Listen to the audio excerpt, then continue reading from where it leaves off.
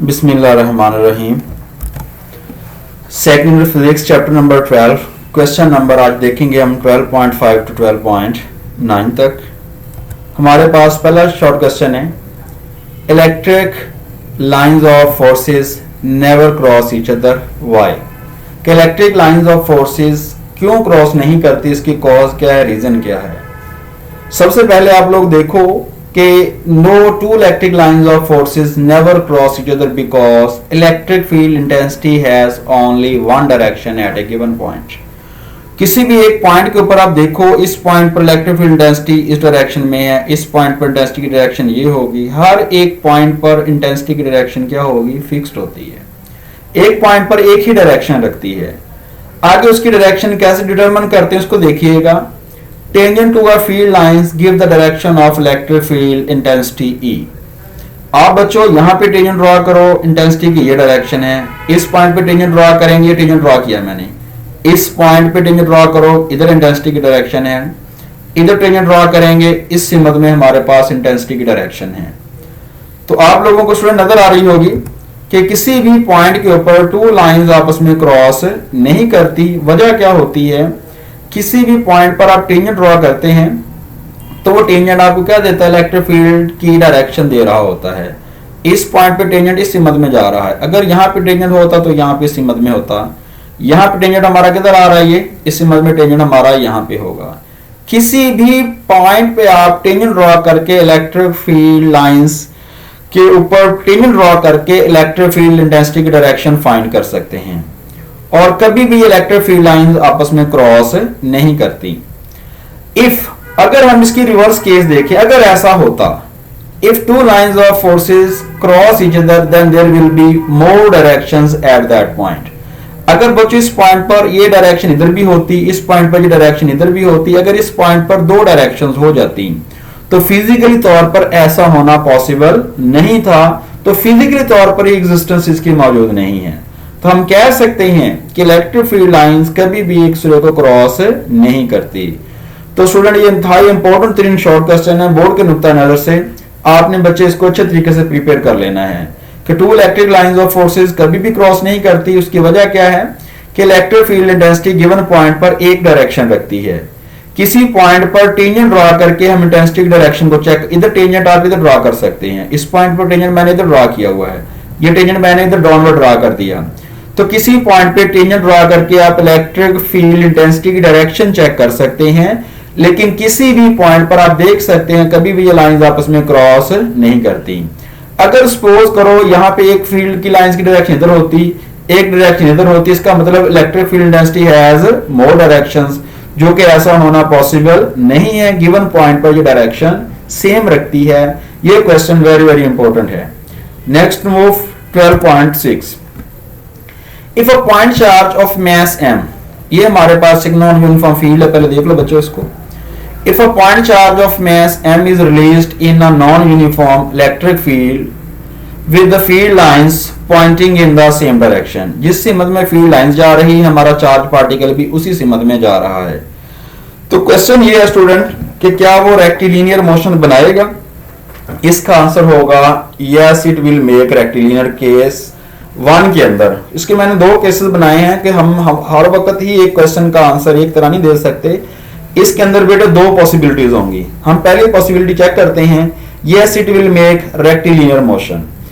अगर इस तरह का यूनिफॉर्म फील्ड लेते हैं पॉइंटिंग इन सेम डायरेक्शन, अगर ये फील्ड लाइंस आउटवर्ड जा रही हैं, यहाँ पॉइंट चार्ज रखते हैं जो ऑलवेज यूनिट क्या होगा, पॉजिटिव चार्ज, वो चार्ज भी किधर जाएगा बच्चों, इसके अंदर आउटवर्ड डायरेक्शन में जाना शुरू कर देगा। इस तरह का अगर इंडिविजुअल फील्ड होगा तो वो हमारा चार्ज पार्टिकल जो है वो नॉन यूनिफॉर्म, इसके करीब फील्ड स्ट्रेंथ ज्यादा होती है, जो जो दूर जाएंगे फील्ड स्ट्रेंथ क्या होती रहती है, वीक। तो बच्चों ये एक नॉन यूनिफॉर्म फील्ड आपका है, एक चार्ज प्लस की फॉर्म में क्या होगा, ये नॉन यूनिफॉर्म है।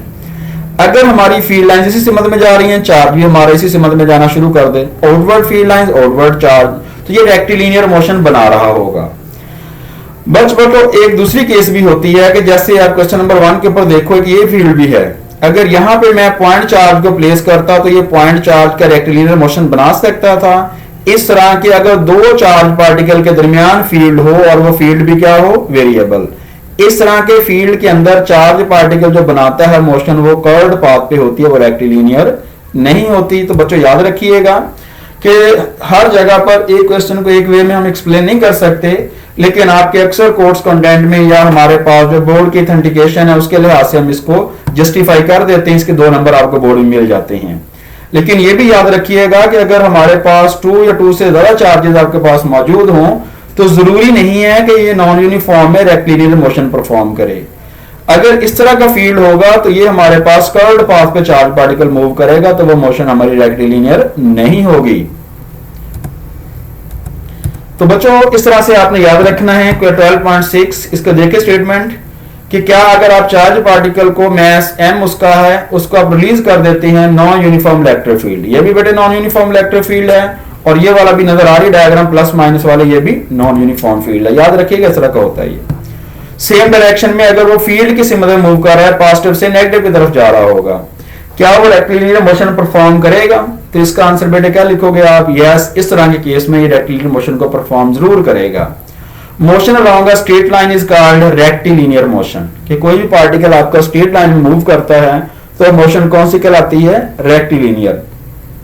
When a charge q of mass m is released in a non-uniform electric field, अगर इस तरह के नॉन यूनिफॉर्म इलेक्ट्रिक फील्ड में चार्ज q को हम रिलीज कर देते हैं, it will move straight line and adopts regular path due to variable electric field. तो बेटा ये वेरिएबल इलेक्ट्रिक फील्ड है, यहाँ इलेक्ट्रिक फील्ड आपको पता है कि वो स्केयर ऑफ डिस्टेंस के लिहाज से चेंज होता रहता है, जो स्केयर ऑफ डिस्टेंस बढ़ता है उस लिहाज से हमारा फील्ड वीक होता रहता है, तो ये हमारा एक वेरिएबल फील्ड होता है। इस फील्ड के अंदर चार्ज अगर मूव करेगा फील्ड लाइंस की डायरेक्शन में होगा तो इस केस में ये रेक्टिलिनियर मोशन परफॉर्म करेगा। तो बच्चों आपने यहां तक इसका आंसर लिख लेना है। लेकिन अगर आप इन केस ऑफ देखते हैं 2 या 2 से ज्यादा चार्ज आ जाते हैं तो ये पार्टिकल फिर आपका कर्व्ड पाथ पे मूव करता है। तो ये 12.6 था स्टूडेंट आपका। नेक्स्ट मूव करते हैं बेटे, इस electric field intensity necessarily zero inside the charge rubber balloon if balloon is spherical, कि अगर हमारे पास एक ये चार्ज बलून है स्फीरिकल शेप में है कि इसके अंदर इलेक्ट्रिक फील्ड इंटेंसिटी हमारी जीरो होगी, ये हमने बताना है।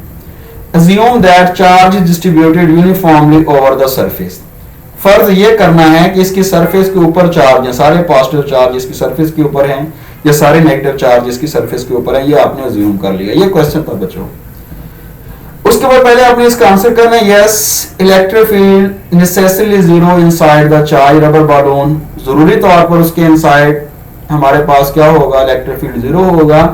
आगे इसकी एक्सप्लेनेशन लिखनी है कि अगर बॉल हमारी स्फीरिकल होगी, इनक्लोज नो चार्ज, ठीक है, but charge distributed uniformly on its surface आना था, या ओवर इट्स सरफेस लिख दो, ये भी ठीक है आपके पास। कि अगर हमारा एक ये चार्ज रबर बलून है लेकिन ये इनसाइड कोई चार्ज कैरी नहीं करता, इसके अंदर कोई चार्ज मौजूद नहीं है, चार्ज सिर्फ इसकी ऊपर वाली सरफेस के ऊपर यूनिफॉर्मली आपने डिस्ट्रीब्यूट करने, अंदर के ऊपर कोई चार्ज मौजूद नहीं है। तो आपने बच्चों पढ़ा हुआ फार्मूला आप जानते हैं गॉस लॉ का, इलेक्ट्रिक फ्लक्स क्यू ओवर क्या होगा? Epsilon not. क्यू की वैल्यू क्या आ जाएगी? 0 ओवर एप्सिलॉन नॉट। और मैथ या बायो के स्टूडेंट है बच्चों याद रखिएगा 0 ओवर समथिंग ऑलवेज क्या होता है? 0। फ्रॉम डेफिनेशन, कौन सी डेफिनेशन? इलेक्ट्रिक फ्लक्स की। तो बच्चों अगर इलेक्ट्रिक फ्लक्स की डेफिनेशन करते हैं तो इलेक्ट्रिक फ्लक्स किसके बराबर होता है आपके पास? फाई इज इक्वल टू ई ए आपने पढ़ा हुआ है, क्योंकि फाई तो आपका 0 आ गया, तो लिहाजा मैंने यहाँ पे डायरेक्ट ही फाई की जगह पे क्या लिख दिया? फार्मूला भी रहा आपका, फाई इज इक्वल टू क्या होगा? ई ए। फाई बच्चों कितना निकाला था हमने? 0। इस फाई की जगह पे मैंने क्या लिख दिया? इधर 0 पुट कर दिया। ई डॉट क्या आ जाएगा? ए। तो बच्चों ये आपको व्हाइट कलर नजर आ रहा है क्या? यहाँ पे इसके ऊपर एरिया 0 हो सकता है, एरिया तो सडनली मौजूद है, डेफिनेटली मौजूद होगा, लेकिन इस जगह पे चार्ज कोई नहीं है, इसका मतलब यहाँ इंटेंसिटी भी क्या होगी? 0 होगी। तो इसका आंसर ये होगा E is equal to 0।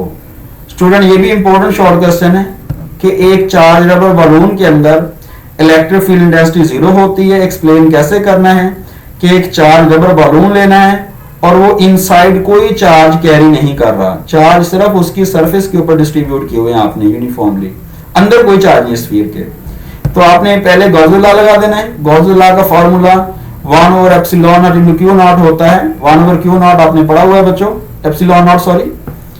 Electric flux is equal to Q over क्या होगा? Epsilon naught formula, inside no charge, charge की वैल्यू 0 0 और समथिंग, आंसर 0 आ गया। इलेक्ट्रिक फील्ड बच्चों आपका 0 आ गया। From definition of electric flux क्या होगा, dot product of electric field intensity into vector element of area is called electric flux. ये definition है इलेक्ट्रिक फ्लक्स की, बाय डेफिनेशन इलेक्ट्रिक फ्लक्स ऐसे लिखोगे। और अगर गाउस लॉ से लिखोगे तो फिर आप इलेक्ट्रिक फ्लक्स को इस तरीके से लिखोगे।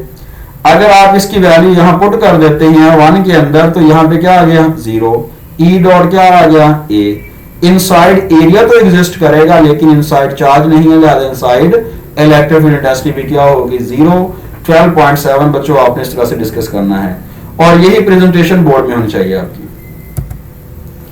आगे बढ़े हैं, it is true that Gauss law state that the total number of lines of forces crossing any close surface in the outward direction is proportional to the net positive charge enclosed within the surface. Yes, this is a true statement.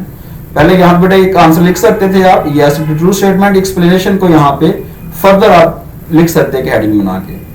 मैंने लिखा yes it is true that total number of lines of forces crossing any closed surface in outward direction is proportional to net positive charge। मैंने yes लगाकर इसी statement को दोबारा repeat कर दिया, आप भी बेटा ऐसे ही रिपीट कर सकते हैं। इसलिए स्टेटमेंट पकड़ी उसी को रिपीट कर दिया ताकि आपको याद रखना आसान हो। फिर आपने गाउस लॉ को लिख देना दोबारा से। गाउस लॉ क्या होगा, Q into 1 over epsilon not होता है, या आप Q over एप्सिलॉन नॉट भी लिख सकते हैं। तो 1 over एप्सिलॉन नॉट बच्चों क्या होगा, कांस्टेंट आ गया, तो मल्टीपल में क्या आ गया Q, तो फाई डायरेक्ट रिलेशन किसके आ गया Q। यहाँ पे देख सकते हैं, मैंने लिखा इसका मतलब यहाँ पे कि इलेक्ट्रिक फ्लक्स डायरेक्ट रिलेशन किसके आ रहा है, चार्ज के। चार्ज बढ़ेगा तो फ्लक्स भी बच्चों क्या हो रहा है, इंक्रीज। Q का मैंने नेट पॉजिटिव चार्ज सपोज किया, और फाई क्या है, number of electric lines of forces. यही फाई का मीनिंग है, फाई फ्लक्स को कह रहे हैं। फ्लक्स का मीनिंग ही फ्लो के अंदर लेते हैं हम, तो फ्लो को ही फ्लक्स कहा जाता है। Hence number of electric lines of forces are proportional to net positive charge. इस फार्मूले से साबित हो जाता है कि इलेक्ट्रिक फ्लक्स चार्ज के डायरेक्ट रिलेशन होता है। तो आपने पहले बता देना कि दिस स्टेटमेंट इज ट्रू, उसके बाद गाउस लॉ लगा दोगे। इलेक्ट्रिक फ्लक्स Q ओवर क्या होगा, एप्सिलॉन नॉट, किसके इक्वल आ जाएगा 1 ओवर एप्सिलॉन नॉट, कहते हैं स्पेस परमिटिविटी। तो ये कांस्टेंट होती है, मल्टीपल क्या आ जाएगा Q, किसके इक्वल आ जाएगा, electric flux direct relation to Q। जितना चार्ज ज्यादा होगा उतना फ्लक्स ज्यादा होगा, जितना चार्ज कम होगा उतना फ्लक्स कम होगा, लिहाजा ये क्या होगा, इसके डायरेक्ट रिलेशन होगा। Q नेट पॉजिटिव चार्ज है, तो नेट पॉजिटिव चार्ज के साथ number of electric lines of forces भी बढ़ेंगी अगर ये Q आपका बढ़ रहा होगा। Hence number of electric lines of forces are proportional to net positive charge. ये पैट आंसर बच्चों इस तरह से लिखना है। लास्ट क्वेश्चन है बच्चों इसके अंदर, do electron tend to go to region of high potential और लो पोटेंशियल। तो स्टूडेंट आप सब लोग जानते हैं electron are negative charge, they will move from low terminal to high terminal. Simple sentence है इसके अंदर। देखिए किस तरह से लिखा है मैंने पेपर के लिए। Electron tend to go to region of high potential, यहां तक एक आपकी बात मुकम्मल होगी कि ये मूव करने की कोशिश करेंगे, किधर मूव करने की कोशिश करेंगे, हाई पोटेंशियल की तरफ। क्यों, लो पोटेंशियल बेटे क्या होता है, नेगेटिव चार्ज, हाई पोटेंशियल क्या है आपका positive charge. Electrons negatively charge होते हैं, नेगेटिव से नेगेटिव को क्या मिलेगी, रिपल्शन। तो इस पॉइंट P की डायरेक्शन में ऊपर की तरफ हमारे इलेक्ट्रॉन मूव करना शुरू कर देंगे, यही इसका आंसर होगा। Electron tend to go to region of high potential because high potential क्या होता है, more positive as compare to negative plate, ये मोर पॉजिटिव है इसके लिहाज से। Then the lower potential as the charge on electron क्या होता है, नेगेटिव, तो नेगेटिव को नेगेटिव रिपल्शन मिलेगी और पॉजिटिव की तरफ क्या मिलेगी, attraction. Hence charge particle will travel from lower terminal to higher terminal, या lower plate to higher plate, या lower potential to higher potential. इस तरह का कोई भी आपके पास क्वेश्चन आए तो बच्चों इस वे में आप आंसर इसका कर सकते हैं। Thank you for watching this video, like share and subscribe.